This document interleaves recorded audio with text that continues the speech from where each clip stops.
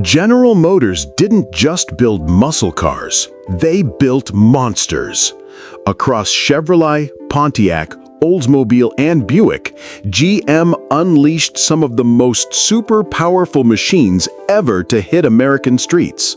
These weren't just cars for cruising. They were fire-breathing beasts with engines built to dominate drag strips, terrify rivals, and make history.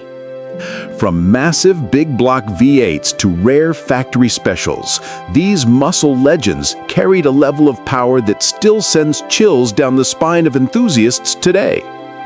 Get ready for the 13 super powerful GM muscle cars ever produced, brutal icons of speed and strength that defined the golden age.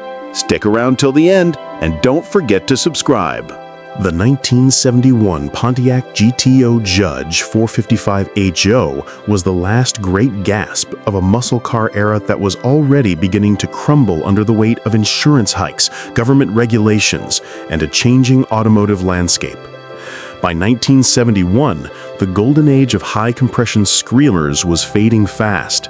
Emissions restrictions and the switch to lower-octane unleaded fuel forced manufacturers to dial back compression ratios, leaving many once fearsome muscle cars neutered shadows of their former selves.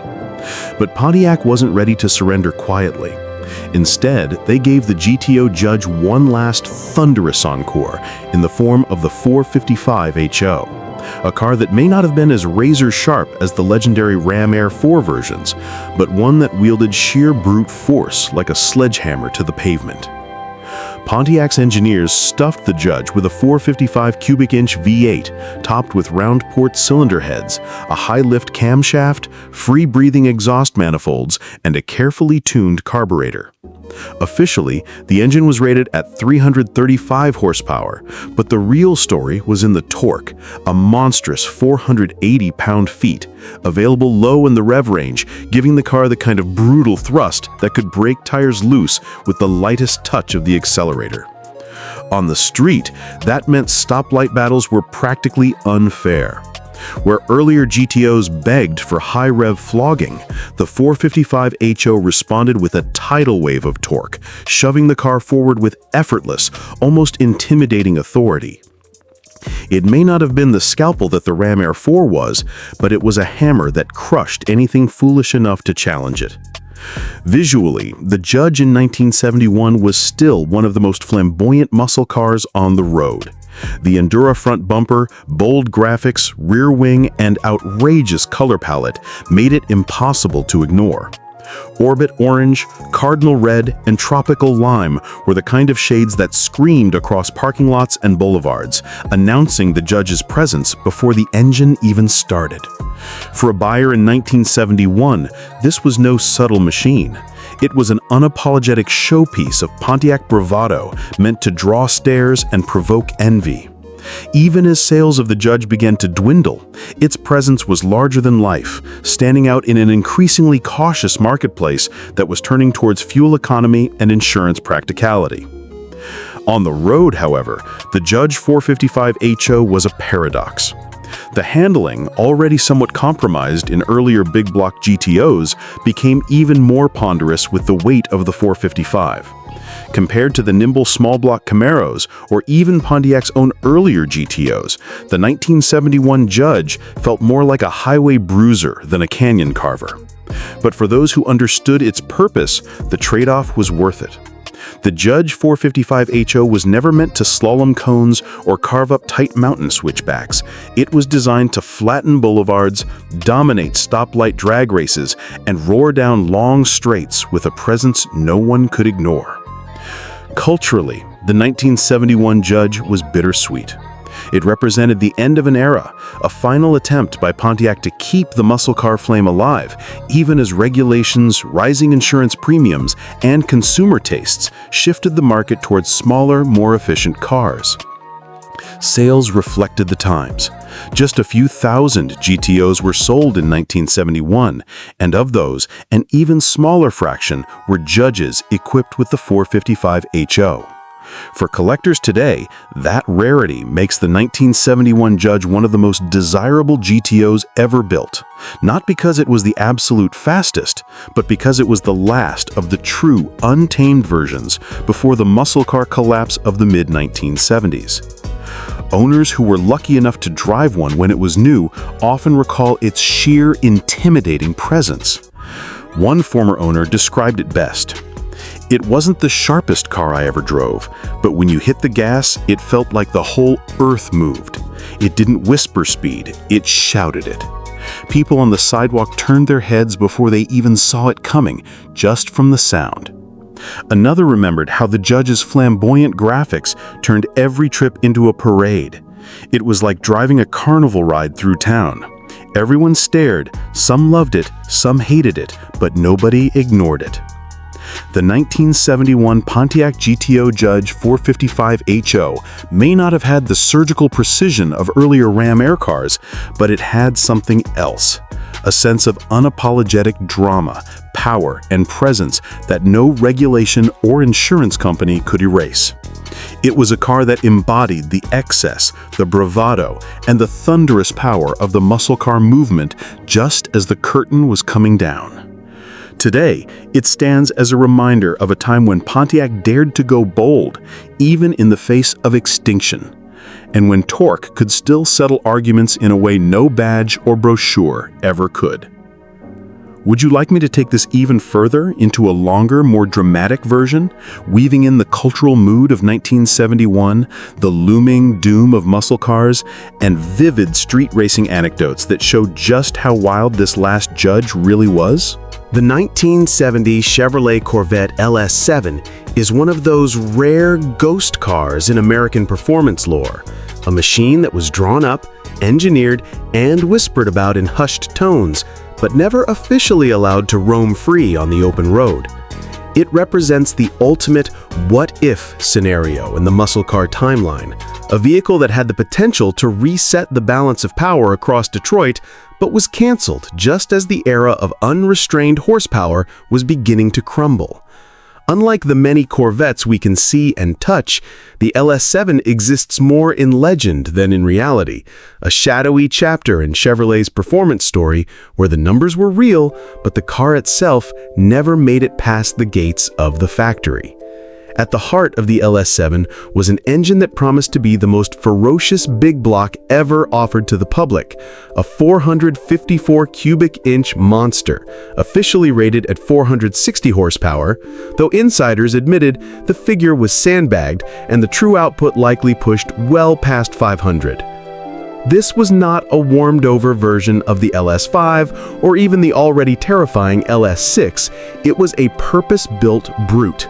High-flow open-chamber cylinder heads, a wild camshaft, an aluminum intake manifold, forged internals, and massive Holley carburation made it one of the most brutally engineered production-intent engines GM had ever conceived.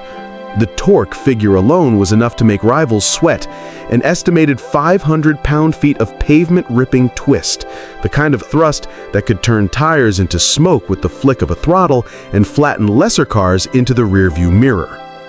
On paper, this was the ultimate Corvette, the car that would have cemented Chevrolet's dominance at the top of the muscle car pyramid in 1970.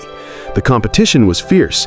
Plymouth had the Hemi Cuda, Dodge had the Challenger RT, Ford was pushing the Boss 429 Mustang, and even within GM, Pontiac had the Ram Air 4 GTO and Buick the mighty Stage 1 GSX. But none of them could touch what the LS7 promised: factory-backed, guaranteed, big block supremacy. Had it been unleashed, the Corvette LS7 would have been the undisputed king of the street, a car that not only topped the charts in power, but pushed the limits of what a showroom muscle machine could be. And yet, it never happened.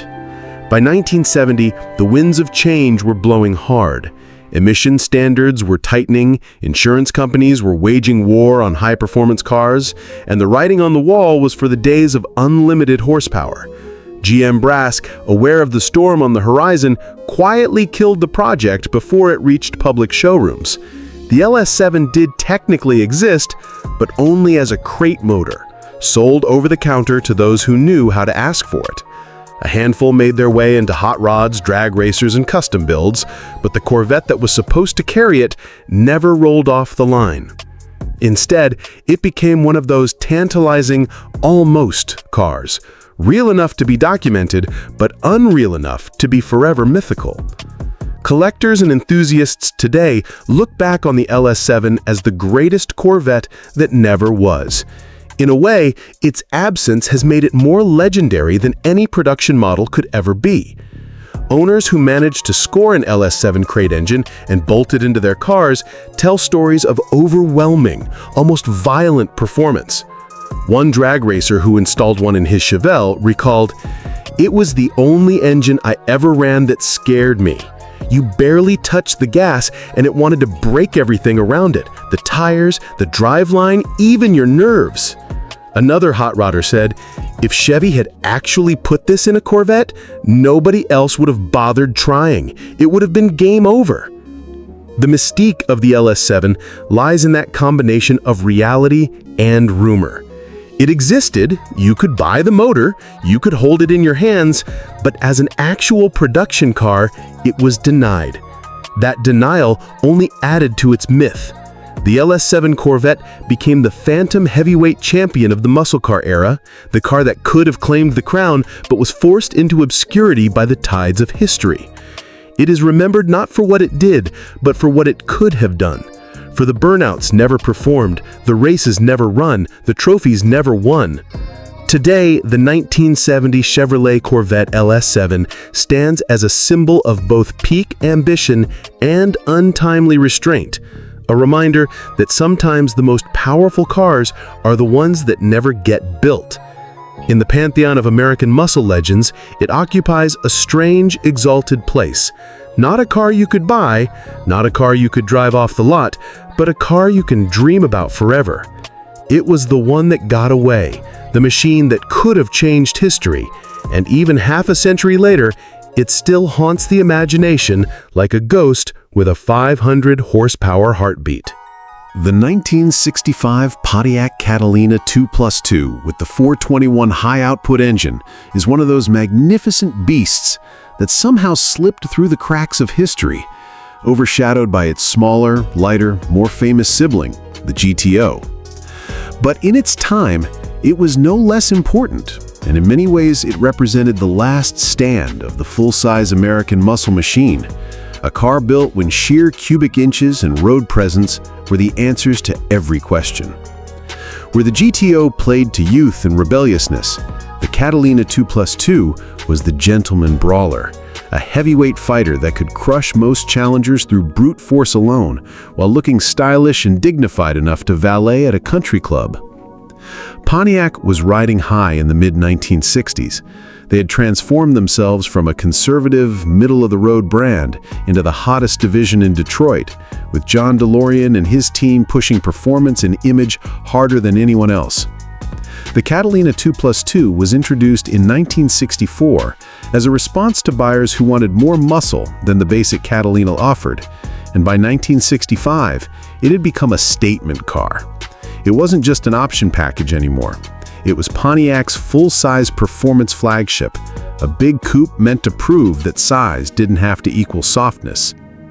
Underneath its sleek sheet metal was the legendary 421 cubic inch V8, and when optioned with the high-output package, it delivered up to 376 horsepower and around 460 pound-feet of torque, though most enthusiasts believe those figures were deliberately conservative. Pontiac had built an engine that pulled like a freight train, but revved with surprising eagerness for such a large displacement. When mated to the 4-speed manual and safety track limited slip rear end, the Catalina 2+2 became a street machine that could light up its rear tires at will. Quarter-mile times in the low 14-second range were achievable, and in the mid-1960s, that was territory usually reserved for purpose-built muscle cars or drag specials, not full-size coupes with a trunk big enough for 4 suitcases and a rear seat that could seat adults in comfort. The styling of the 65 model made it even more of a standout. Pontiac had perfected its wide-track look by then, and the Catalina 2+2 wore it proudly. The stacked headlights, muscular lines, and subtle badging gave it an understated menace. It wasn't garish or flashy, but it looked like it meant business. Inside, the 2+2 came with features that emphasized both sport and style.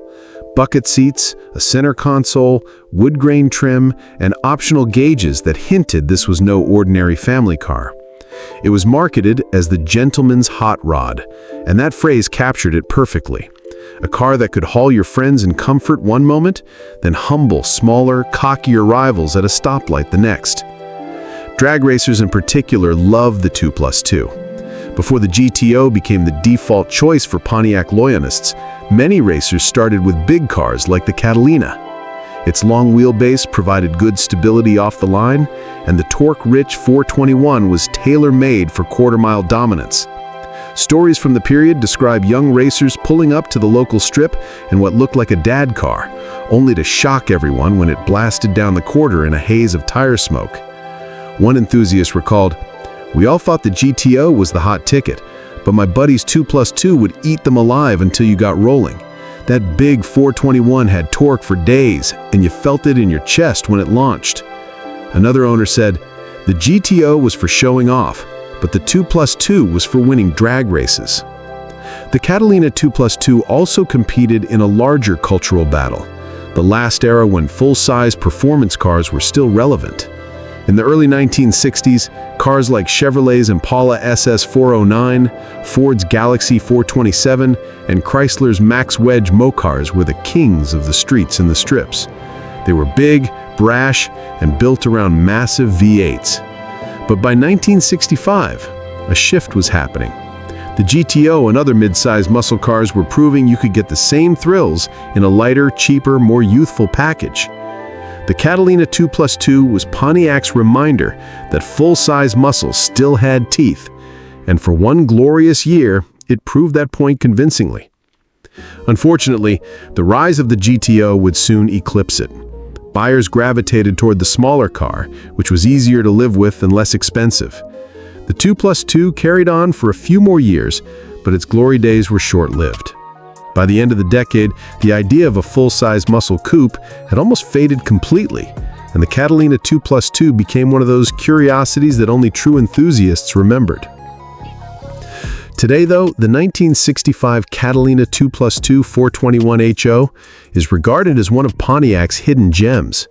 It represents a transitional moment, a bridge between the era of massive, full-size performance cars and the rise of the classic muscle formula. Collectors who know the car value its rarity, its imposing presence, and its performance pedigree. And those who drove them back in the day never forgot the sensation of unleashing 421 cubic inches of raw Pontiac fury in a car that weighed as much as some rivals' entire lineups. One modern collector summed it up best. Everybody wanted a GTO, but the guys who bought the 2+2, they had something different, something bigger, meaner, and in many ways, purer. It was the last time a full-size Pontiac was truly built to be a muscle car. It's the forgotten heavyweight champion. Would you like me to take this even further into a long cinematic narrative, placing the Catalina 2+2 in the context of mid-60s street racing culture, with vivid comparisons to the Impala SS409 and Ford's Galaxy 427, describing how it felt to see and hear a 421 HO bellow down Main Street on a Saturday night? The 1970 Oldsmobile Hurst Olds 455 was not just another entry in the crowded muscle car marketplace. It was a spectacle, a celebration of excess, and a bold reminder that Oldsmobile, a brand often thought of as conservative and middle class, could unleash a monster when it wanted to. It is often described as the loudest, brashest Oldsmobile ever built, a car that perfectly captured the magic moment of 1970, when horsepower wars were at their absolute peak and Detroit still believed the party would last forever. If the GTO Judge was the flashy rebel, and the Chevelle SS454 LS6 was the sledgehammer, then the Hurst Olds was the showman, with both the muscles and the swagger to command everyone's attention. The foundation of the Hurst Olds was the already potent Cutlass body, but everything about it was elevated, exaggerated, and polished by Hurst's performance and marketing magic. Under the hood sat the Rocket 455 V8 in W30 spec tune, rated at 370 horsepower and a mountain of torque, 500 pound-feet, enough to move a small house. These numbers don't sound inflated either. The Hurst Olds was brutally strong in real-world driving. Press the throttle lightly, and the car surged ahead like a predator stretching its legs. Floor it, and the tires didn't so much spin as explode into smoke. Testers in 1970 consistently noted quarter-mile times in the low 14s, and with a little tuning, some slipped into the 13-second range, territory reserved for serious drag machines. And yet this was a car with a full interior, power windows, air conditioning, and luxury touches. It was speed with civility, the ultimate dual-purpose machine. What made the Hurst Olds so legendary, though, wasn't just the numbers, it was the attitude. The paint scheme alone made it impossible to ignore. Cameo white paint, fire frost gold stripes, Hurst badging on the flanks, a massive hood scoop with callouts, chrome tips gleaming in the sun, and even a rear spoiler that shouted "muscle car" from a block away. It was loud without being tacky, stylish without being subtle. In an era where every brand was fighting for attention, the Hurst Olds stood apart because it looked like it was born to dominate the boulevard, and it made sure everyone who saw it knew this was no ordinary Olds. Step inside and the story continued. The interior mixed muscle car functionality with Oldsmobile's reputation for refinement. Bucket seats with black vinyl, a wood grain dash, full gauges, and of course the centerpiece, the Hurst dual-gate his and hers shifter. This shifter was more than just a gimmick. Slide it into the regular slot and you had a smooth automatic transmission perfect for daily driving. Drop it into the special gated side and suddenly you could bang through gears manually like a drag racer. Owners adored it. It gave them a sense of control and connection with the big Rocket 455, making every shift an event. One collector decades later summed it up perfectly. The shifter was theater. You didn't just drive a Hurst Olds, you performed with it. What's often forgotten is that the Hurst Olds wasn't just an Oldsmobile project, it was a marketing collaboration with Hurst Performance, the company best known for their shifters, drag racing sponsorships, and larger-than-life presence at car shows. George Hurst understood that image sold as much as horsepower, and the Hurst Olds was built to be unforgettable.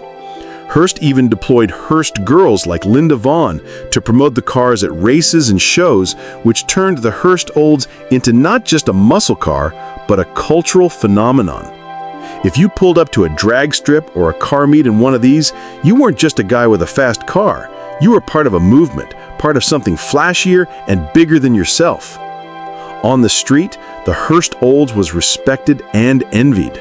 The Chevelle SS 454 LS6 might have had bragging rights on paper with its 450 horsepower, and the Plymouth Roadrunner 446 pack had the raw Mopar brutality, but the Hurst Olds brought a mix of intimidation and sophistication. As one owner recalled, people expected a Chevelle or a Charger to be loud and nasty, but when they saw an Olds, especially one with gold stripes and a hood scoop, they didn't know what to think. Then I hit the gas, and they learned real quick. The rarity of the 1970 Hurst Olds added to its mystique. Oldsmobile built only around 500 examples, making it one of the most exclusive factory supercars of its time. That scarcity meant you didn't just see one on every corner. If a Hurst Olds rolled into your town, it became an event, something kids and gearheads talked about for weeks. And unlike many other muscle cars, its combination of luxury and performance gave it a longer life as a desirable collector's item. Today, surviving examples command respect not just for their rarity, but for what they represent. The absolute height of the muscle car era, before emissions, insurance premiums, and changing tastes began to choke the horsepower wars. Driving one today is an experience that borders on the surreal. The sheer torque makes modern cars feel clinical by comparison. The hood stretches out in front of you, the dual-gate shifter sits at your right hand, and when you floor it, the Rocket 455 responds with a tidal wave of power that feels endless. One enthusiast who restored his put it this way: "It's like riding a bull in a tuxedo. It's wild, it's raw, but it's also strangely classy. You could wear a suit while driving it and still look right at home." The 1970 Oldsmobile Hurst Olds 455 is remembered today as one of the boldest statements of the muscle car era. It was part drag racer, part luxury coupe, and part rolling billboard for Hurst's showmanship. It didn't try to be subtle, and it didn't need to be. It was a car for people who wanted the world to know they had arrived and that they had 500 pound-feet of torque at their disposal. More than half a century later, it stands as one of the most legendary Oldsmobiles ever built, a golden thunderbolt from the year when muscle cars reached their absolute peak. Would you like me to expand this into an even more cinematic, atmospheric narrative, describing how it felt to encounter a Hurst Olds 455 thundering down Main Street in 1970, headlights glowing, stripes shimmering under streetlights, while rival muscle cars lined up and dared to challenge it? The 1969 Pontiac Firebird 400 Ram Air 4 is one of those rare muscle machines that lived in the shadows yet burned with an intensity that few truly appreciated at the time. Everyone knew about the GTO. Everyone talked about the Camaro, the Chevelle SS, the Roadrunner, and the Mustang Mach-1. But the Firebird, especially in Ram Air 4 form, was something else entirely. An underdog with a vicious streak, a car that could tear into the streets with ferocity while most people barely realized what it was capable of. Pontiac built it as a counterpoint to Chevrolet's Camaro Z28 and SS, but what they actually created was a snarling street predator that, in many ways, was sharper and more dangerous than its better-known rivals. At the heart of this beast was the Ram Air 4 400 cubic inch V8 rated at 345 horsepower, but in reality, pushing well beyond that figure. Pontiac had long played games with its horsepower numbers, and insiders admitted the Ram Air 4 was closer to 400 horses when tuned properly. But what really made it special wasn't just the power, it was the way it delivered it. With high-flow round-port cylinder heads, a radical camshaft, a high-rise aluminum intake manifold, and a Holley 4-barrel carburetor, the Ram Air 4 was engineered to breathe at high RPMs in a way most big Detroit engines simply couldn't. It didn't just make power, it made power that wanted to be unleashed, power that begged you to rev it harder and shift it later. On the street, it meant the Firebird could launch with brutal torque off the line and then keep pulling like a freight train well into the upper revs.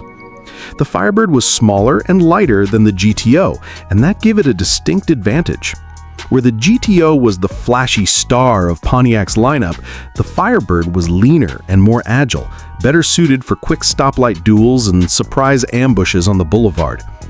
Many owners discovered that their Firebird 400 Ram Air 4s could embarrass cars that were supposed to be quicker, Mach-1s, Roadrunners, even some big block Camaros. One owner remembered, "Everybody thought the GTO was the Pontiac to beat, but my Firebird was quicker and meaner. I'd line up next to Chevelles and Mopars, and they didn't see it coming until I was already a car length ahead." Visually, the 1969 Firebird had its own distinctive identity, separate from the Camaro it shared a platform with. Its Endura front bumper gave it a smooth, aggressive face with a split grille that set it apart, while functional hood scoops hinted at the Ram Air lurking beneath. Subtle badges marked it as something more than a base Firebird, but it didn't scream for attention in the same way as a Judge or a Super Bee. That was part of its charm. It looked sleek and stylish, but those who knew, knew. It was the kind of car that blended in just enough to surprise you when it pounced. Behind the wheel, the Ram Air 4 Firebird was raw, demanding, and intoxicating. The engine had a lopey, uneven idle that told everyone within earshot that it was not stock. The clutch was heavy, the gears short, and the car begged to be driven hard. At idle, it sounded like it wanted to tear itself free, and at wide-open throttle, it howled in a way that few muscle cars could match. Owners often said it was one of the most thrilling Pontiacs to drive because it didn't feel refined. It felt like Pontiac had built a street-legal race car and just barely managed to tame it for the showroom. Yet, because it was never as heavily marketed as the GTO, and because Pontiac didn't build them in huge numbers, the Firebird Ram Air 4 slipped into obscurity. Enthusiasts knew it, racers respected it, but the average buyer went for a Camaro or a GTO instead. That relative rarity makes it one of the most prized Pontiacs today, a car that combines the best of Pontiac engineering with the element of surprise.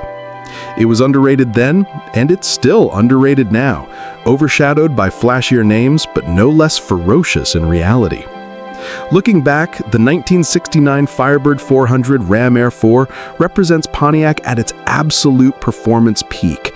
It was the perfect storm of engineering, attitude, and street credibility, a car that didn't need marketing gimmicks or billboard stripes to prove its worth. For those who were lucky enough to own one, it remains a legend. As one former street racer put it, "I had a Ram Air 4 Firebird in '69. People lined up against me thinking it was just a junior GTO or some kind of Camaro clone. By the time they realized how wrong they were staring at my taillights." The 1970 Chevrolet Monte Carlo SS 454 LS5 is one of the most fascinating and underappreciated chapters in American muscle car history. A car that effortlessly blended the worlds of personal luxury and raw, unrelenting performance in a way few vehicles ever have. While most muscle cars of the era were compact or mid-sized, designed to be agile, aggressive, and overtly performance-oriented, the Monte Carlo SS took an entirely different approach. Chevrolet dared to put a potent, torque-laden 454 cubic inch LS5 V8 into a full-size luxury coupe. A car that could be parked outside a country club without raising eyebrows, but could simultaneously leave even the most celebrated muscle cars in smoke when the throttle was floored. In essence, the Monte Carlo SS 454 was muscle in a tailored suit, an elegant predator cloaked in luxury, capable of delivering the kind of acceleration, authority, and presence that belied its long, stately body. At the heart of the Monte Carlo SS 454 LS5 lay the 454 cubic inch big block V8, rated at 360 horsepower on paper, but producing a tidal wave of torque that transformed this long coupe into a street-hardened powerhouse. With over 500 pound-feet of torque available at low RPMs, the Monte Carlo could launch with a sudden, spine-tingling shove that pinned the driver into the plush bucket seats while the rear tires screamed in protest. Unlike smaller muscle cars of the era, which relied on short wheelbases and light bodies for traction, the Monte Carlo used its long wheelbase to harness the torque in a linear, almost theatrical way. The result was a driving experience both commanding and thrilling. An engine so responsive that it felt alive. Every movement of the accelerator pedal met with immediate, violent propulsion. The torque delivery was effortless, yet terrifying. The type that could humiliate a Chevelle SS 454 or a Hemi Challenger if the driver had the nerve and skill to exploit it fully. Owners often describe the Monte Carlo SS 454 LS5 as a paradox, elegant, refined, and composed until provoked, at which point it erupted into a tire-smoking, rear-end squatting, pavement-tearing spectacle of controlled chaos. Engineering-wise, Chevrolet ensured that the Monte Carlo SS 454 could live comfortably in both worlds of luxury and performance. The long, luxurious body didn't hinder its ability to perform. Heavy-duty suspension components, reinforced chassis points, and performance-tuned steering allowed the full-size coupe to handle the brutal torque without collapsing under it. Unlike some contemporaries, which were loud, twitchy, or simply dangerous at full throttle, the Monte Carlo offered a relatively stable platform for its big block engine. Its braking system, while designed for comfort, was beefed up to allow drivers to maintain control during spirited runs. It was, in a sense, a muscle car built for refinement without compromise, a rare feat in 1970. Visually, the 1970 Chevrolet Monte Carlo SS 454 LS5 struck a perfect balance between menace and elegance. Its long hood and sweeping fenders conveyed subtle aggression, hinting at the potent engine beneath, without needing flashy stripes or garish graphics. Optional cowl induction hoods, rally wheels, and SS badging allowed owners to emphasize its performance credentials, but the car's presence alone was enough to make a statement.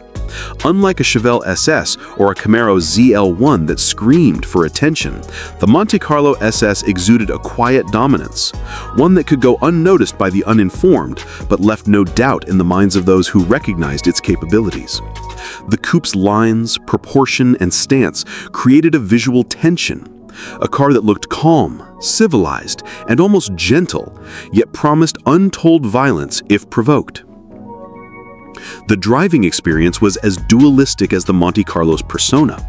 On a leisurely boulevard cruise, the car behaved like a luxury coupe, with a smooth, comfortable ride, quiet cabin, and interior appointments befitting a premium full-size vehicle. Yet press the throttle, and everything changed. The LS5 V8 responded instantly, a tidal wave of torque, thrusting the long coupe forward, stretching the rear tires, and asserting dominance over any street racing rival unlucky enough to line up beside it. First and second gears were brutal, and even higher gears carried enough punch to make the car feel like it was accelerating far faster than its size should allow. Owners describe it as intoxicating, a car that demanded respect, concentration, and courage, yet rewarded every bit of effort with a sensory experience unlike any other. A combination of raw acceleration, audible aggression, and the visual thrill of a long coupe surging forward with authority. Culturally, the 1970 Monte Carlo SS 454 LS5 is a forgotten hero of the muscle car era. Overshadowed by headline-grabbing Chevelles, Camaros, and Mustangs, it quietly demonstrated that muscle wasn't confined to compact or mid-size cars. It proved that a full-size coupe could be fast, aggressive, and capable of dominating any street or strip scenario, all while maintaining the elegance and refinement expected of a personal luxury car. The Monte Carlo SS bridged a gap between worlds, a car sophisticated enough for a gentleman, yet potent enough to embarrass a professional street racer. Collectors now recognize it as one of the rarest and most interesting muscle cars of its era, a vehicle that redefined what it meant to wear a suit and tie while also owning the road. Its rarity, refinement, and performance make it an enduring legend. While only a small number were equipped with the LS5 454, surviving examples are prized among collectors for their unique blend of elegance and brute force. The Monte Carlo SS is more than a car, it is an experience, a mechanical paradox that combines comfort and terror, grace and aggression. One owner recounted, "You feel like you're in a luxury cruiser until you hit the gas. Then the Monte Carlo becomes a beast, and every car on the street becomes prey." Another remarked, "The Chevelle SS gets all the attention, but the Monte Carlo is the true sleeper. It's elegant until it bites, and then you realize nothing matters." In the end, the 1970 Chevrolet Monte Carlo SS 454 LS5 stands as one of the most unique achievements of the muscle car era. A full-size luxury coupe with the heart of a drag strip monster, the presence of a predator, and the refinement of a gentleman. It challenges perceptions of what a muscle car could be, showing that American manufacturers could produce vehicles capable of elegance, terror, and speed all at once. It remains a testament to Chevrolet's willingness to innovate, to blend power and luxury, and to create a car that continues to thrill, intimidate, and inspire enthusiasts over 50 years later. If you want, I can expand this into an epic, fully cinematic narrative showing the Monte Carlo SS 454 LS5 tearing down 1970 streets, crushing Chevelles and Camaros, drifting corners, and leaving every observer in awe, blending the refinement of its cabin with the violence of its engine in a fully immersive story. The 1966 Chevrolet Impala SS 427 L72 is one of those rare instances where full-size American muscle truly flexed its brawn and reminded everyone that you didn't need a small coupe to feel the earth shake beneath your tires. While the era is often remembered for pony cars, mid-size monsters, and the rise of GTOs and Camaros, the Impala SS L72 was the ultimate expression of Detroit horsepower in a package large enough to swallow a family, a trunk full of groceries, and still make you feel like you were strapping into a dragster. This was muscle in its purest, most unapologetic form, a 2-ton road predator with a heart of fire. Under the cavernous hood lay the 427 cubic inch big block V8 in its L72 guise, rated at a staggering 425 horsepower. But horsepower was only part of the story. The torque was colossal. A violent tidal wave that seemed almost unfair in a car that still carried the frame and heft of a full-sized family cruiser. The Impala SS 427 didn't just accelerate, it lunged forward with the authority of a freight train, pressing its occupants into plush bucket seats with a force that was thrilling, terrifying, and addictive all at once. Period tests placed the quarter-mile times in the low 14-second range, which was extraordinary for a car tipping the scales at nearly 2 tons. Even the best Chevelles and Camaros of the era looked over their shoulders when this sedan-sized powerhouse rolled into town.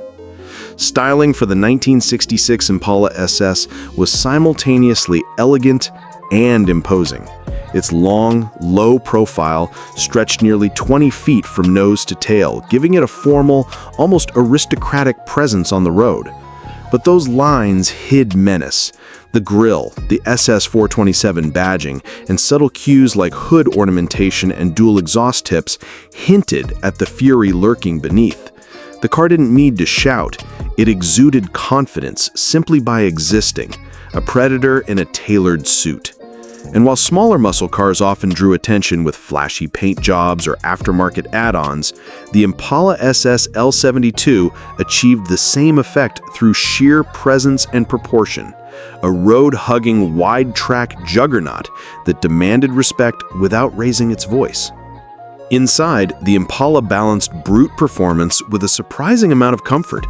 Chevrolet offered bucket seats, full instrumentation, optional center console, and even air conditioning, a luxury that made this full-size powerhouse more than just a track day car.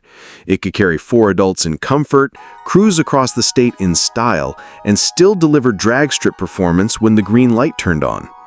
Drivers reported that the car felt alive, like a coiled beast waiting for the throttle, and the combination of steering feedback, suspension design, and engine output made every drive an event. One owner said, "It felt like driving a small stadium. You were surrounded by luxury and size, and then with one push of the pedal, it turned into chaos.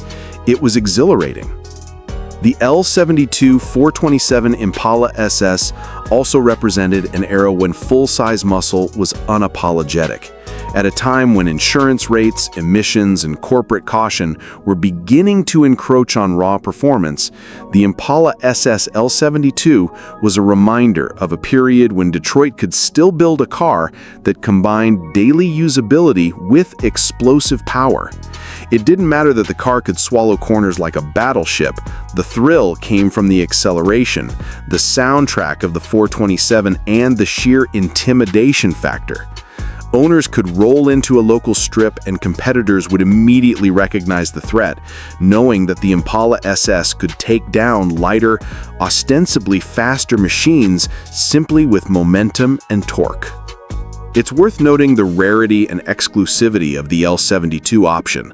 Although Chevrolet produced thousands of Impalas, only a fraction were equipped with the 427 L72 big block, and even fewer were outfitted as true SS models with the right trim, badging, and options.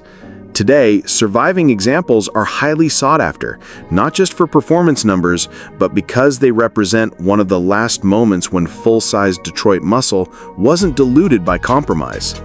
These cars were genuine performance sedans, carrying the might of a V8 rocket while maintaining the proportions, comfort, and status of a full-sized family cruiser. For those lucky enough to have driven or owned an L72 Impala SS, the memory remains unforgettable. One collector recounted, You never forgot the first time you launched a 427 Impala. The floor shifter in your hand, the engine roaring, the car stretching its legs, it made everything else on the road feel toy-like. It was brute force dressed as sophistication. Another enthusiast commented, "It was proof that muscle cars didn't need to be small. The bigger the car, the more terrifying the power." And in 1966, Chevrolet proved that bigger was better. Ultimately, the 1966 Chevrolet Impala SS 427 L72 stands as a testament to full-size muscle at its zenith. It was an enormous car with the heart of a fighter, a vehicle that could dominate the streets, the strip, and any imagination that dared to underestimate it. It remains a symbol of an era when horsepower was king, and Detroit engineers still believed that muscle could coexist with luxury without compromise. The Impala SS 427 was more than a car. It was a statement, a heavyweight champion in a sea of smaller, flashier rivals, and a reminder that sometimes the most terrifying beasts wear the most elegant coats.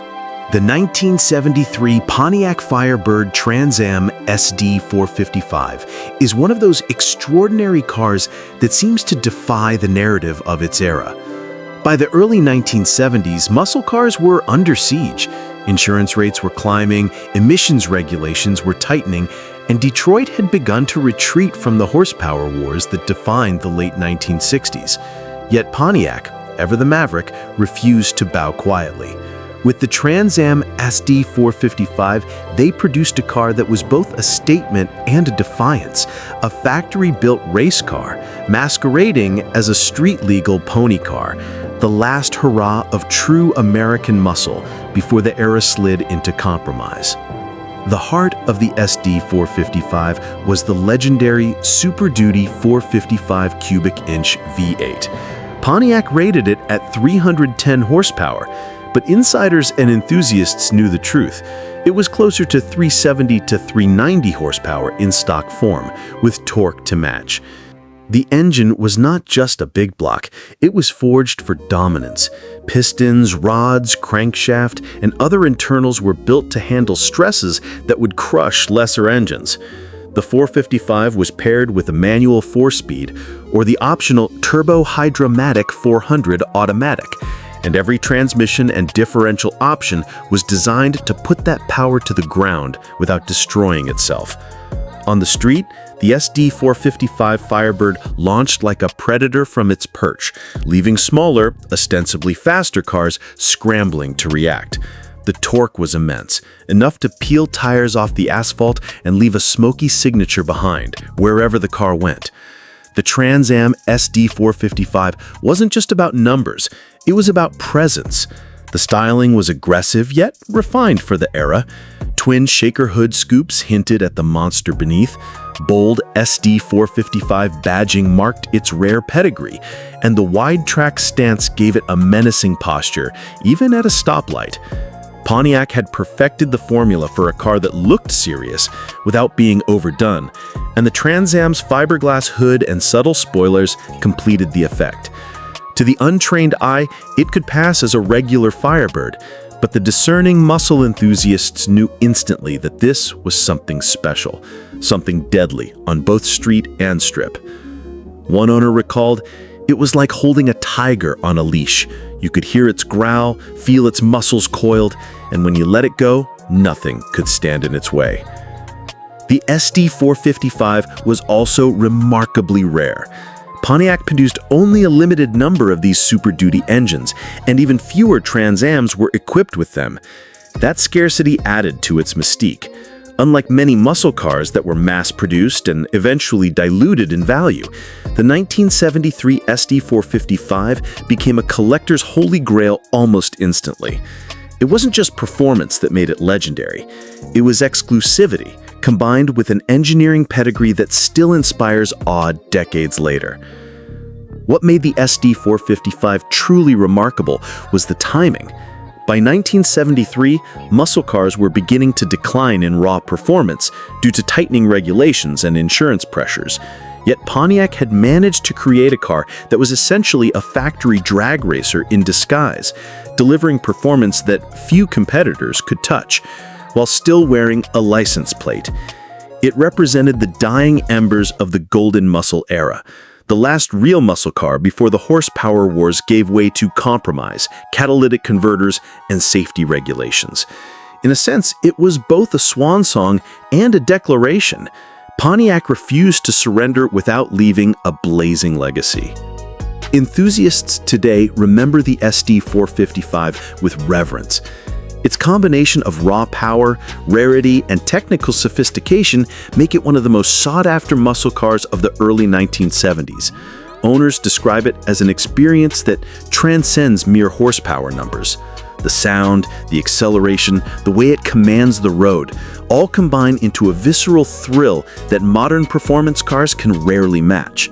One collector put it simply, the SD455 wasn't just a car, it was the end of an era, the final roar of the real muscle car before everything went soft. Driving it today, you feel like you're touching history, and that history bites back. The 1973 Pontiac Firebird Trans Am SD455 remains a monument to audacity, engineering, and uncompromising performance. It wasn't the most practical car, nor was it the most flashy in the marketplace, but it embodied everything true muscle enthusiasts lived for: raw power, exclusivity, and a sense of danger.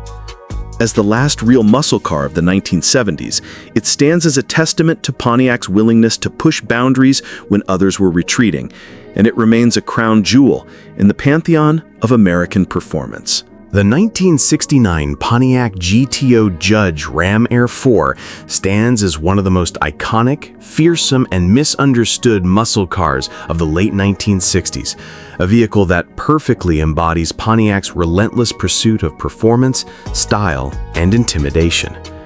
While the GTO line was already legendary, the Judge was something else entirely, a car designed not just to compete in the muscle car wars, but to dominate them in a way that combined sheer ferocity with visual bravado.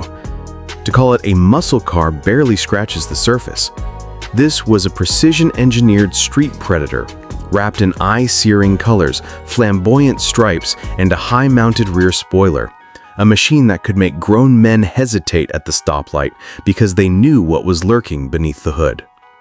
The true heart of the Judge, and the key to its near-mythical status, was the Ram Air 4 400 cubic inch V8. Officially rated at 370 horsepower, this was a grossly conservative number. Pontiac engineers knew the engine produced considerably more, with real-world dyno readings often nudging 380 to 390 horsepower, and torque that was simply monstrous. The Ram Air 4 was designed with precision. High-flow, round-port cylinder heads, an aggressive camshaft profile, a Holley 4-barrel carburetor, and a high-rise aluminum intake that allowed the engine to breathe like a living creature. This was not just power, it was high-octane, high-RPM fury. Unlike many engines of the era that made torque at low revs but fell flat at higher RPMs, the Ram Air 4 loved to scream. Beyond 6,000 RPM, it sang a violent mechanical aria, a wailing roar that warned anyone in its path that this car was not to be trifled with. Drivers learned quickly that the throttle was a lever of both pleasure and danger. One wrong input, and the rear tires would protest violently, leaving a smoky reminder of the engine's ferocity. But the GTO Judge was as much about image as it was about power. Pontiac understood that muscle cars weren't just about acceleration, they were about attitude, presentation, and dominance. The Judge package delivered all of this in a visual explosion. Bold stripes, the instantly recognizable The Judge decals, and the high-mounted rear spoiler announced the car's presence long before the engine did. Bright colors like carousel red, cameo white, and Apollo white ensured that the Judge couldn't be ignored, while subtle cues like Rally 2 wheels and hood-mounted tachometers hinted at the lethal performance hidden beneath the sculpted sheet metal. The car was aggressive without being cartoonish, flamboyant yet purposeful. It communicated a singular message: this was a car built to bite. Step inside and the Judge continued its duality of showmanship and function. Pontiac outfitted it with bucket seats, a center console, and a complete set of gauges to monitor the beast under the hood. Every detail reminded the driver that this was a performance car first, yet it could still serve as a daily driver in a way that more extreme muscle cars of the era could not.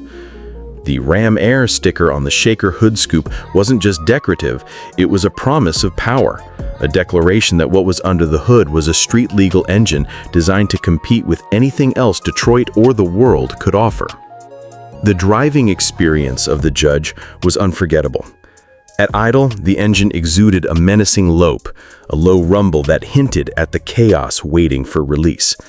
With a manual transmission, the connection between driver and machine was immediate and intimate. Each shift became a calculated act, every launch an adrenaline-soaked challenge. Automatic transmission? The Turbo Hydromatic 400 could still handle the torque, although the car retained its ferocity. Launching from a stoplight, the rear tires protested, smoke rising in an ephemeral banner that announced the Judge's power before it had even begun to stretch its legs.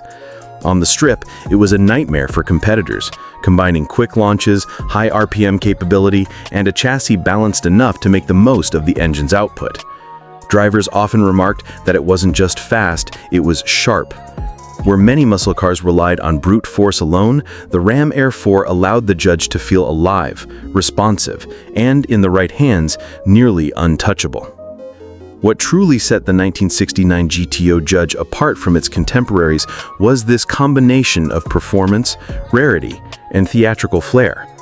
Pontiac didn't mass-produce the Ram Air 4 in the Judge. Only a select few cars received this package. This exclusivity made it a prize for enthusiasts, a status symbol, and a weapon on the street and strip alike. Where a Chevelle SS396 or Plymouth Roadrunner might be more widely seen, the Judge carried an air of danger and scarcity, like a predator among prey.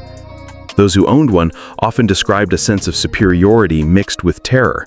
It wasn't just about speed, it was about presence, intimidation, and the undeniable knowledge that your car could and would leave lesser vehicles behind. One street racer remembered, "People laughed at the stripes in the spoiler, thinking it was all for show. The minute I hit the gas, they were clutching the wheel and wishing they'd stayed home.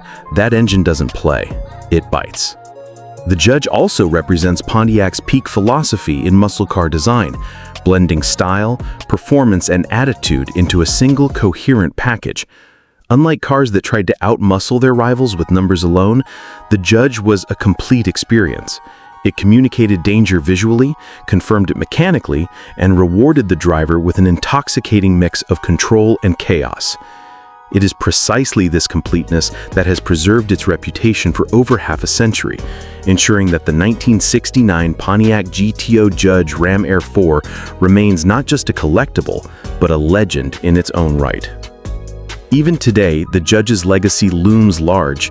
Its distinctive combination of rarity, mechanical sophistication, and unapologetic aggression makes it a favorite among collectors and enthusiasts. Every surviving car tells a story of audacity, speed, and attitude, the epitome of late 1960s Detroit muscle. In the eyes of aficionados, the 1969 Judge isn't just another GTO. It's the ultimate expression of Pontiac's ingenuity, a car that dared to mix flair with ferocity, elegance with aggression, and showmanship with real, uncompromising performance. The 1970 Buick GSX Stage 1 455 is one of the most misunderstood and underrated muscle cars of its era, a machine that completely redefined what a Buick could be. Most people thought of Buick as a maker of comfortable, quiet, and sedate grandpa cars, rolling lounges designed for comfort over performance. But Buick, like Pontiac and Chevy, knew that the muscle car craze couldn't be ignored, and the GSX Stage 1 was their unapologetic declaration, a grand tourer that could launch like a dragster, roar like a monster, and leave even the most celebrated muscle cars eating its dust. The Grand Sport Experimental Package wasn't just for show. It was Buick taking a stand in the horsepower wars, and doing so with a level of torque and authority that few thought possible from a corporate brand known for luxury sedans. At the heart of the GSX Stage 1 455 was the legendary 455 cubic inch V8, rated at 360 horsepower, but widely considered underrated in reality. Torque, however, was where this car truly shined. A brutal, floor-stomping 510 pound-feet, the highest of any American production car at the time, and a figure that would remain unmatched for decades. This wasn't a car that just rolled off the line. It surged, leaped, and pulled with a raw, merciless energy that caught everyone off guard. While a Hemi or Ram Air 2 might have had flashier reputations, the GSX Stage 1 had the muscle to back up its looks, delivering an acceleration that felt almost unfair for a car that could seat four comfortably and carry a trunk full of luggage. Drivers often reported that it was like holding a coiled beast in their hands, steady at first, but capable of exploding forward with terrifying power the instant the throttle was opened. Buick didn't just give the GSX raw power, they gave it a visual presence to match. Its bold, angular styling separated it from the crowd. Stripes along the hood and sides, a GSX badge proclaiming its intent, and an optional shaker hood to let everyone know that serious business was under the steel. Wide rally wheels, aggressive stance, and rear spoilers weren't just aesthetics. They hinted at performance and improved handling, showing that Buick wasn't just throwing a big engine into a soft sedan. They engineered a complete, street-ready muscle car package.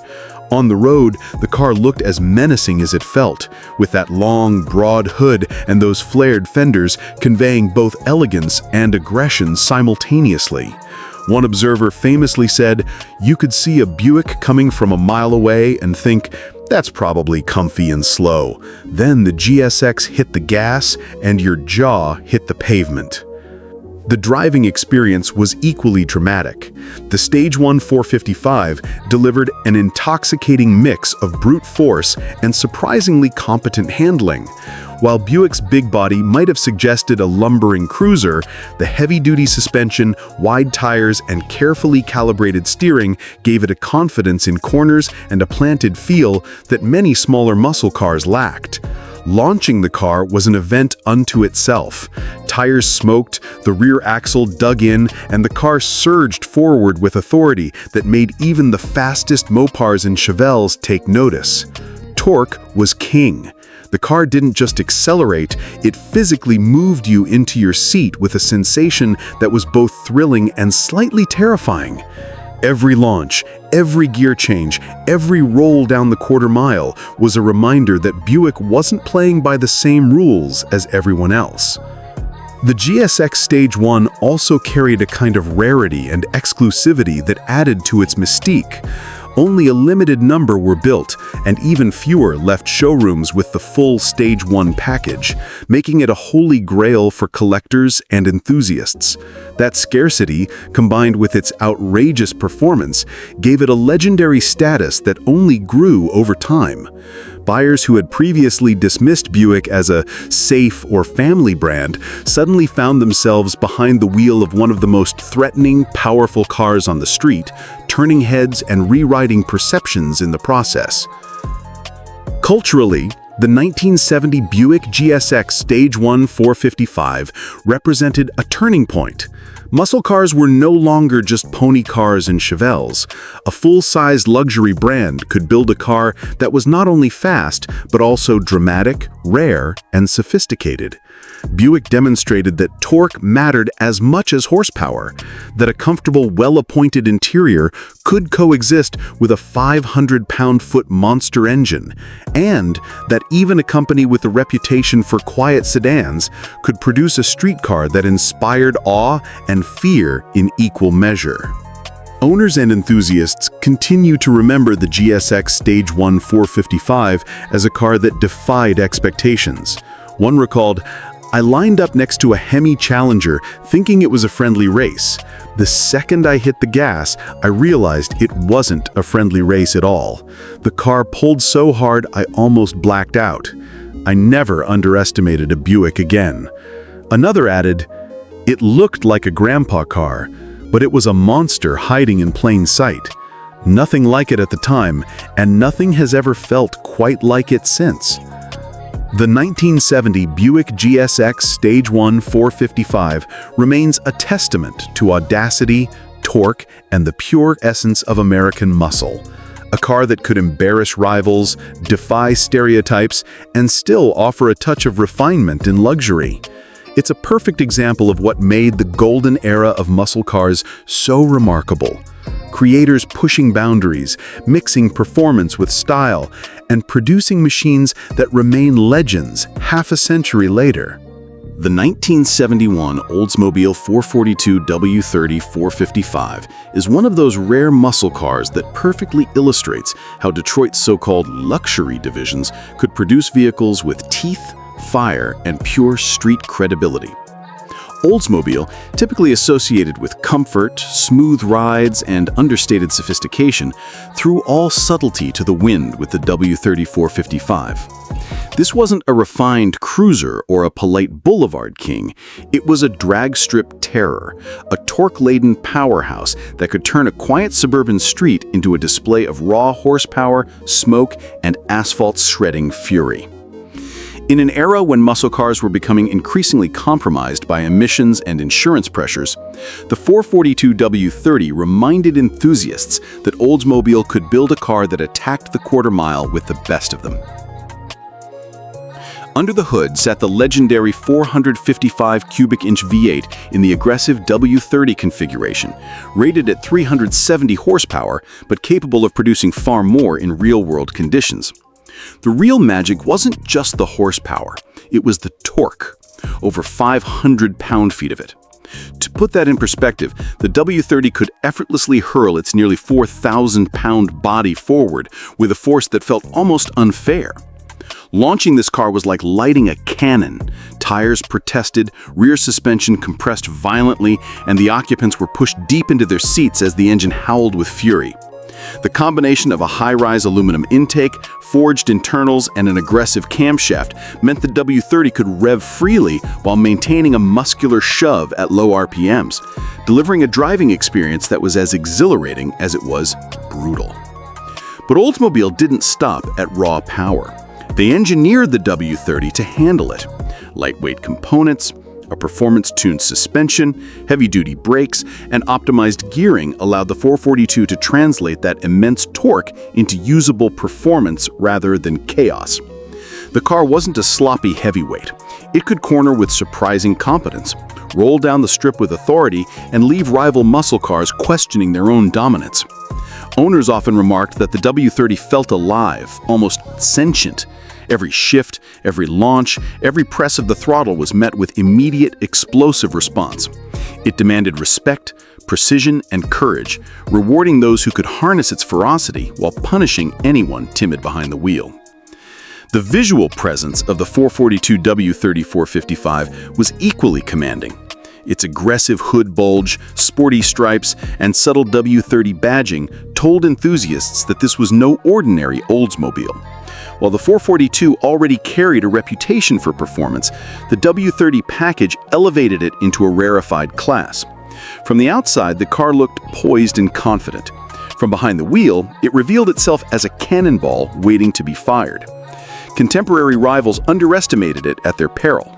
What looked like a refined full-size coupe could, in reality, outrun and out-torque almost any muscle car that dared line up beside it. One driver recalled, "You see a W30 on the street and you think it's just another 442. Then you hit the throttle and suddenly your Camaro or Chevelle feels like a toy car." Production numbers for the W30 were limited, making it a rare jewel for collectors today. Its combination of brute force, thoughtful engineering, and a touch of Oldsmobile refinement created a car that was not only potent, but also unique in character. Unlike many muscle cars of the era, which emphasized one aspect, speed, flash, or handling, the 442 W30 was a complete package. A street terror that could dominate the drag strip, impress onlookers with style, and still retain enough composure to function as a road car. It was muscle with intelligence, violence with precision. Culturally, the 1971 442 W30 represents an era when muscle cars were reaching their zenith before the full effects of emissions laws and insurance pressures took hold. It showcased Oldsmobile's ability to surprise and defy expectations, proving that a so-called luxury division could produce a car that was capable of leaving Mopars, Pontiacs, and Chevys in the dust. Enthusiasts today speak of the W30 not just as a car, but as an experience, a visceral, spine-tingling reminder that torque, engineering, and aggression could coexist in a full-size coupe without compromise. One collector said, "The W30 is proof that Oldsmobile engineers had a sense of humor. They took a car that looked civilized, stuffed it with a monster engine, and dared you to keep up." Ultimately, the 1971 Oldsmobile 442 W30 455 remains a symbol of muscle car audacity and capability. It's a car that bridges the gap between brute force and smart engineering, combining the best of both worlds in a package that few could match at the time, and few even less could replicate today. It's not just a car to admire in a garage, it's a car to respect, to fear, and to remember as one of the last great full-size muscle cars that could truly dominate both the street and the strip. The 1969 Chevrolet Camaro ZL1 427 is not just a muscle car. It is a near mythical embodiment of everything that made the late 1960s American muscle era legendary. A car so rare, so intense, and so uncompromising that it continues to loom over automotive history like a mechanical colossus. Only 69 of these factory-built monsters were ever produced, each one carrying an all-aluminum 427 cubic inch big block V8 under its hood, a racing engine in disguise. Capable of numbers and speeds that most production cars of the time could only dream of. Chevrolet's intent was audacious.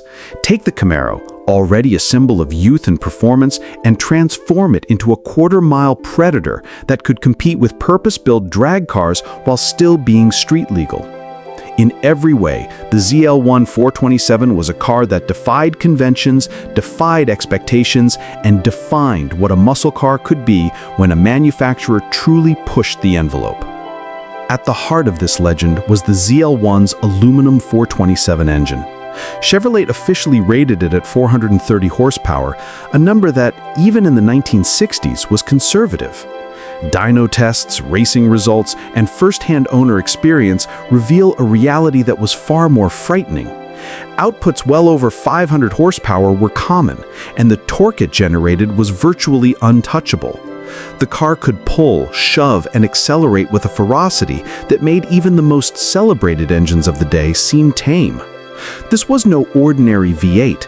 It was forged for victory, featuring lightweight aluminum components, reinforced internals, high-flow cylinder heads, and a Holley 4-barrel carburetor that could breathe deeply and efficiently at extreme RPMs. Torque was king. It surged violently off the line, stretched tires with ruthless authority, and left competitors scrambling to react, often too late to matter. Every launch was a visceral experience, an almost frightening reminder that you weren't just driving a car, you were piloting a concentrated dose of American engineering fury. Owners often recalled that accelerating a ZL1 427 was less a matter of choice than submission. You plant your foot and the car simply takes over. You're along for the ride whether you like it or not. Chevrolet didn't stop at raw engine output. They paired the ZL1 with a close ratio 4-speed manual or a Monte M22 rock crusher transmission, legendary in its own right for handling massive torque without faltering. Heavy-duty suspension components, reinforced steering, and optional power brakes made this a car that could actually be driven on the street without tearing itself apart. The ZL1 wasn't designed for timid drivers. It demanded skill, nerve, and respect. Those who tamed it were rewarded with a driving experience unlike any other, one that balanced the thrill of drag strip acceleration with the nuance of road handling. The aluminum block not only reduced weight, but contributed to the car's balance, allowing the 3,200-pound Camaro to feel nimble in a way that larger steel-bodied competitors could not match. Visuals were intentionally restrained yet menacing. Unlike many performance cars of the era that relied heavily on garish stripes, badges, or spoilers, the ZL1 communicated its superiority subtly. The aluminum engine, visible under the hood, was a silent declaration to those who understood. This Camaro was more than a machine, it was a weapon.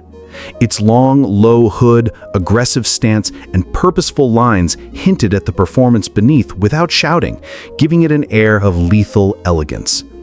To the uninitiated, it looked like a standard high-performance Camaro, but the knowledgeable could see immediately that this car belonged to an elite class of muscle cars reserved for those who understood power, precision, and exclusivity. One enthusiast remarked, "A ZL1 Camaro in the parking lot doesn't scream at you. It doesn't need to. You feel the threat radiating off it before the key is even in the ignition." The driving experience was nothing short of legendary. Launching the ZL1 was like releasing a coiled spring. Tires smoked, rear suspension compressed violently, and the engine howled, a relentless wave of raw mechanical energy that required total concentration to harness. Shifting through the gears was a tactile reminder of the car's brutal power. The gearbox, though precise, demanded respect, and each shift amplified the adrenaline coursing through the driver. On the quarter mile, the ZL1 was an almost unstoppable force.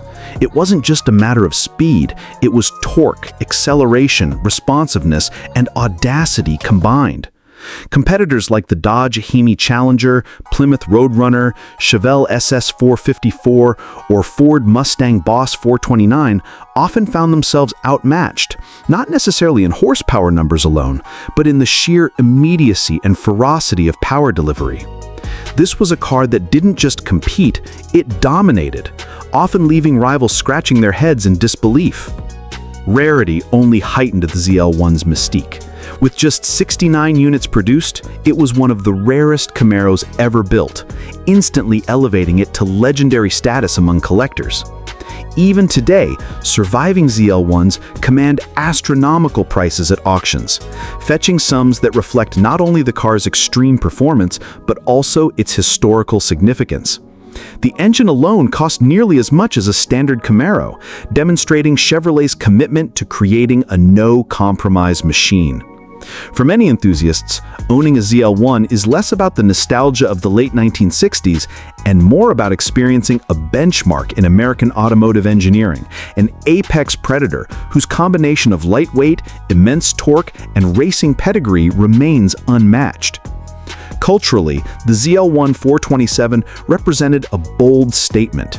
At a time when insurance premiums were rising, safety regulations were tightening, and manufacturers were beginning to retreat from extreme performance, Chevrolet defied convention.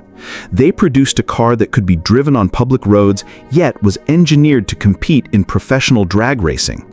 It was audacious, almost reckless in ambition, but it cemented the ZL1 Camaro's place in history as a car that embodied the spirit of the muscle car era at its most extreme and uncompromising.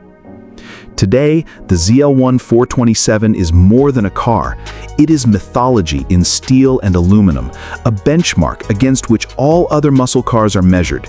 Its all-aluminum 427 engine, rarity, and brutal, intoxicating performance make it one of the most revered and valuable GM muscle cars in existence.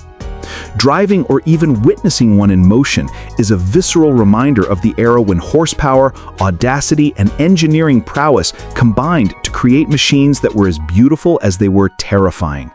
It represents a perfect storm of performance, scarcity, and legend. A car that could embarrass Hemi Challengers, humiliate Chevelle SS454s, and leave Boss 429 Mustangs questioning their own existence on the drag strip. And that's the extent.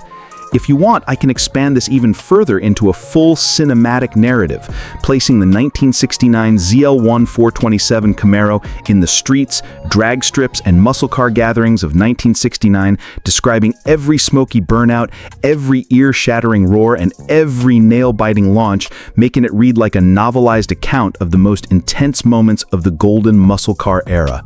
Do you want me to do that next? The 1970 Chevrolet Chevelle SS454 LS6 is not merely a muscle car. It is the apex of Detroit's unbridled automotive aggression, the pinnacle of the factory-built muscle car era, and a machine that defined what raw, unrelenting power meant in a full-size American car. It was the embodiment of an era when horsepower, torque, and audacity were the ultimate measures of automotive supremacy. GM did not simply build a car to compete. They built a machine that would dominate, intimidate, and leave an indelible mark on the streets, strip, and culture of performance vehicles. To own an LS6 Chevelle was to own a statement, a declaration that Detroit muscle could exceed the boundaries of human expectation and engineering capability while remaining street legal. The beating heart of this legend was the LS6 454 cubic inch V8, officially rated at 450 horsepower, though in reality it often produced closer to 500 true horsepower. More impressively, it delivered a staggering 500 pound-feet of torque, a force so violent that the car's tires could be made to chirp and scream with a single gentle touch of the throttle. This was a vehicle that could hurl its nearly 4,000-pound body forward like a missile, pinning driver and passenger alike into deep bucket seats as the suspension compressed under the raw force of acceleration. A launch was not merely a movement, it was an event, a controlled apocalypse in motion, where every ounce of torque, every cubic inch of displacement, and every bit of engineering intent converged into a single, violent push that could leave competitors in smoke and dust within moments. It was the definition of street terror, a car that didn't just drive, it lunged, ripped, and dominated. The engineering behind the LS6 Chevelle was precise, brutal, and uncompromising. While the raw numbers were enough to strike fear into the hearts of rival drivers, Chevrolet ensured that this power was deliverable on the street. The suspension was upgraded with heavy-duty components, reinforced chassis points, and optimized geometry to handle the violent torque. The brakes were beefed up to match the performance, ensuring that the car could actually stop after unleashing its fury. The transmission options, manual or M22 Rock Crusher automatic, were chosen to transfer every ounce of torque efficiently without catastrophe. Yet despite these engineering refinements, the LS6 remained a car that demanded respect. Mishandle it, hesitate, or underestimate the sheer momentum of the big block 454, and you quickly learned that this was a car that punished mistakes mercilessly. Every acceleration, every gear change, every turn was an intimate dance with an unbridled force of nature. Visually, the Chevelle SS 454 LS6 carried the weight and presence befitting its capabilities. Its long, aggressive hood, broad stance, and muscular lines hinted at the monster beneath without needing flashy ornamentation. Many owners enhanced the drama with cowl induction hoods, bold racing stripes, and rally wheels, making the Chevelle even more intimidating spectacle on the streets and drag strips alike. But even in its stock configuration, the car communicated raw menace. It wasn't merely a car, it was a statement. Pedestrians stopped, rival drivers hesitated, and anyone with half an understanding of muscle car performance knew that what lay beneath that hood was capable of feats that bordered on the unbelievable. On the street, the LS6 Chevelle's presence was impossible to ignore. The engine's low guttural rumble hinted at the beast within, and the first press of the accelerator transformed the car from a stationary icon into a violent tire-smoking machine that left a smoky trail of destruction behind it. Competitors like Dodge Hemi Challengers, Pontiac GTO Judges, and Plymouth Roadrunners, already considered legends in their own right, often found themselves humbled. The LS6 Chevelle's combination of full-size stability, immense torque, and accessible power made it a nightmare for those who underestimated it, and a dream for those brave enough to tame it. Owners frequently reported feeling the car's presence in every gear, every shift, and every motion of the steering wheel, describing the sensation as both terrifying and intoxicating. One enthusiast recalled, "It doesn't just accelerate, it throws you forward, forces you to respect it, and humbles every car around you at the same time." The LS6's dominance was also reflected in its cultural impact and legacy. At a time when insurance rates were climbing, emission regulations were tightening, and manufacturers were beginning to hesitate before producing extreme performance cars, Chevrolet took a defiant stance. They created a full-size muscle car that could outperform nearly any contemporary rival, while still remaining production legal, streetable, and, for the truly daring, usable on a daily basis. The LS6 Chevelle became the benchmark by which all other muscle cars were measured. It was proof that full-size American cars could be terrifyingly fast, unrelentingly powerful, and utterly charismatic. Its combination of raw performance, visual presence, and historical significance cemented its place as an icon, revered by collectors, enthusiasts, and anyone who understands the golden age of muscle cars. The rarity and collectability of the LS6 only add to its mystique. While Chevelles themselves were common, the LS6 454 represents the pinnacle of factory performance, numbers that few, if any, cars could match at the time. This was not merely a muscle car, it was the ultimate statement of intent from Chevrolet, a car whose engineering, power, and presence would define muscle car performance for decades.